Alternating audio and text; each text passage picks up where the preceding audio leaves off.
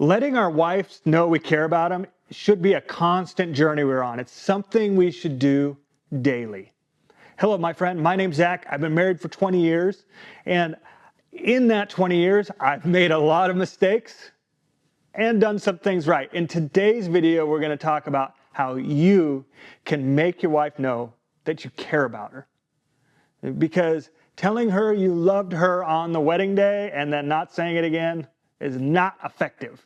So today we're going to talk about how to do that in a way that is effective. The first one is to be present. We need to be present with our wives because there's some things that we can do, but if we're not present, you're not going to see any of them. You're just not. For example, this first one is to notice. And has your wife ever gotten a haircut and you not noticed? Ouch. Yes is my answer. This has happened to me more times than I would like to admit it. But when you're present with them, you can notice the haircut. You can notice the different outfit. You can notice how they look and appear. You can notice what they do. Like, I'm sure your wife does things daily that you're just used to. You just take for granted. I know that has happened to me. Maybe her character. Maybe her character is things that you're not noticing anymore. That it makes a peaceful environment. That she loves others well. Are those things you just take for granted? See, when I'm present, I start noticing these things on a whole other level. And frankly, it makes me care for her more.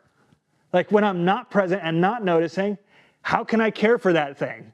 For example, I have a beautiful view out this window. When we first moved in, we sat out on the porch every evening to see those sunsets. And then over time, we just stopped looking or just glancing. Oh, there's a sunset. Oh, just look real quick, right?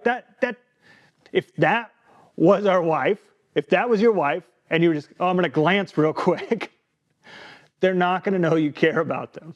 But here's where you need to take it to another level, and so do I. And that's those things you notice, compliment. Sincerely. Like, don't make up stuff. I have done that, and it does not work out well. She was wearing a new outfit. I complimented the outfit, even though I didn't like it. And here's the thing you need to know about me. I do not lie very well. Like, it is all over my face.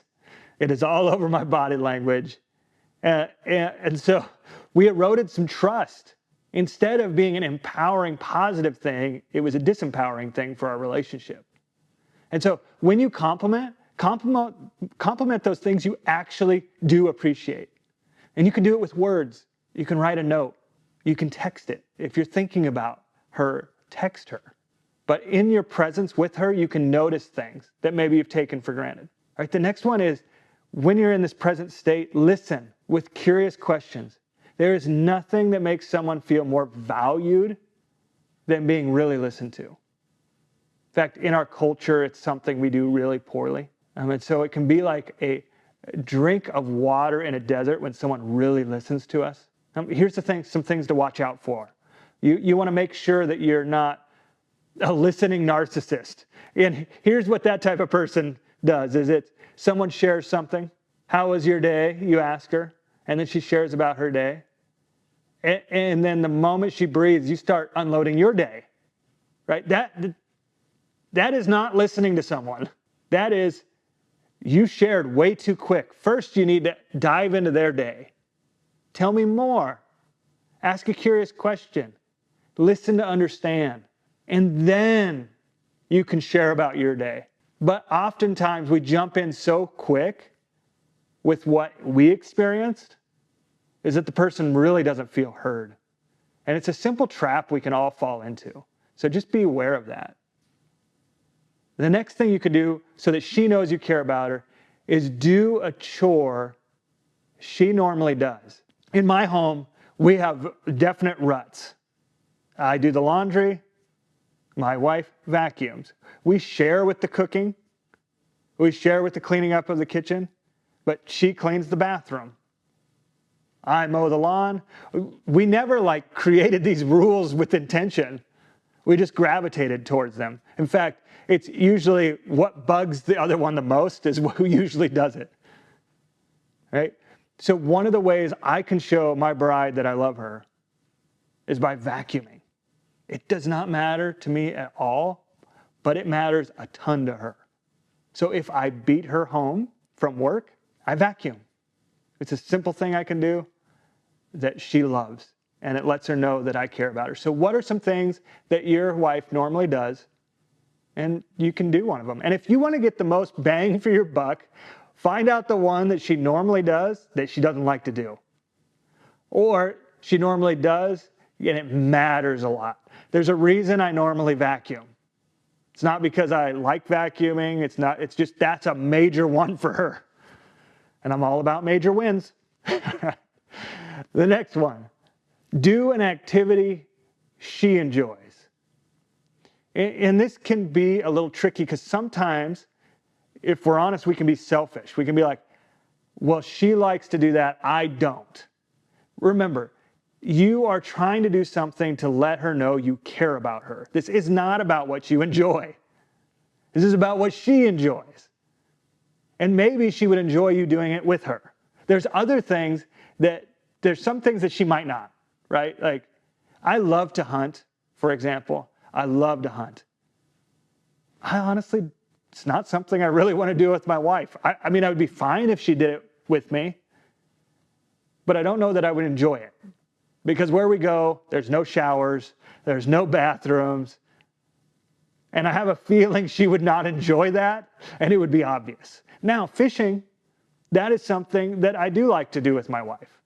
I love to fish, and I love it when she comes with me. You know, for them, what are some things? An example from my life is my wife loves to shop. I do not. This is not something I enjoy at all. In fact, it is a mystery to me how someone could like that. I am all about getting in the store and getting out of the store as quickly as possible, and if I can get it online, I will. But she likes to shop. And window shopping, I don't understand that. Why would you look at a bunch of stuff that you're not going to purchase? Ooh, isn't that nice? Oh yeah, I'm not getting it. I don't get it. But I don't need to get it because she likes to do it. And so I'll go shopping with my wife. Here's a key, fellas. If you do an activity you do not enjoy that she does, really watch your body language and what you're communicating. Because it's a nice gesture to do something that she enjoys that you don't, but not if you're ruining it with your little pouty attitude. Like not if you're looking at your watch, not if you talk about how you're missing the game. You are ruining it. And then she'll never want you to go with her again. No, you are there to be with her. Don't forget that. Not a good thing. All right, the next thing, buy a special gift. This does not have to be big. It can be small things. It can be a coffee. It can be waking up a little earlier, driving to Starbucks and get the coffee that she likes. It can be grabbing lunch. It can be inviting her out on a spur of the moment date. It can be buying flowers. And here's the thing. I fell into this trap where my wife is not a gifts person. That doesn't move the needle for her. So, like I said earlier, I only do high impact activity. And this is where it bit me in the butt. Like, I didn't understand the value of buying her things. And one day, I got her flowers, and it meant the world to her. Like, she reacted way too big. It let me know that it had been way too long. And so, for you, what are some gifts? Whether your wife is a gifts person or not, I'm sure it'll let her know you care about her. The next one's on the spiritual side. It's praying together. You know, this is something my wife and I do daily, is praying together before we go to sleep. It's how we share about our days, right? And what does someone need prayer for? And it's a connecting point. And maybe it's not when you go to bed. Maybe it's at dinner. Maybe it's in the morning. But praying together is really crucial. And I don't know how comfortable you are with praying out loud. I know that's hard for some. But it is worth that sacrifice. And it's one of the things that connects my bride and I the most. The next one is physical touch. Now slow down, fella. I'm not talking about sex here. What I am talking about is physically touching, putting your hand on her, holding hands, hugging, stopping in that moment. In fact, one of the things that we do, my wife and I, when we greet each other, so when we're coming home, whether I'm coming home and she's here, or vice versa, is the 5-second kiss. It's something my parents taught us growing up. It's how they greeted each other. And it's not this peck drive-by. It's stopping in the moment and truly kissing each other. And it is a connective point. And I'm a little selfish because that's more for me because I'm the physical touch guy in the relationship. But physically touching each other, when we've been married for a while, sometimes we can forget.